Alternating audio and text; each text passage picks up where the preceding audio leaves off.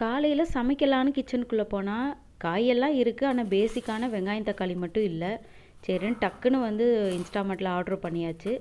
Order பண்ணுற எல்லாமே நம்மளுக்கு சூப்பராக வருமானு கேட்டால் அப்படிலாம் இல்லை. இந்த தக்காளியெல்லாம் பார்த்திங்கன்னா ஒழுங்காகவும் பழுக்கலை, வெம்பி போன மாதிரி இருக்குது. இதெல்லாம் நம்ம தலையில் கட்டி விட்ருவாங்க, ஒன்றும் பண்ண முடியாது. இதை வச்சு தான் இன்றைக்கி சமைச்சாகணும்.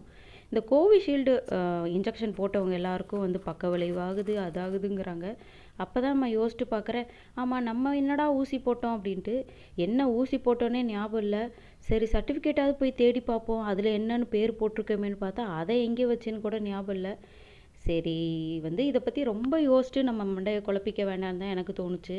ஏன்னா போட்டு 3 வருஷமாக இருக்கும் தான் நினைக்கிறேன், நல்லா தான் இருக்கிறோம். அப்புறம் நான் கொஞ்சம் ரிசர்ச்லாம் பண்ணி பார்த்தேன்.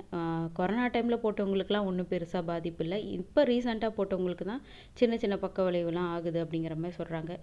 ஏதோ ஒன்று, இப்போ நல்லா இருக்குமா அப்படின்னு நினச்சிட்டு போய்கிட்டே இருக்க வேண்டியது.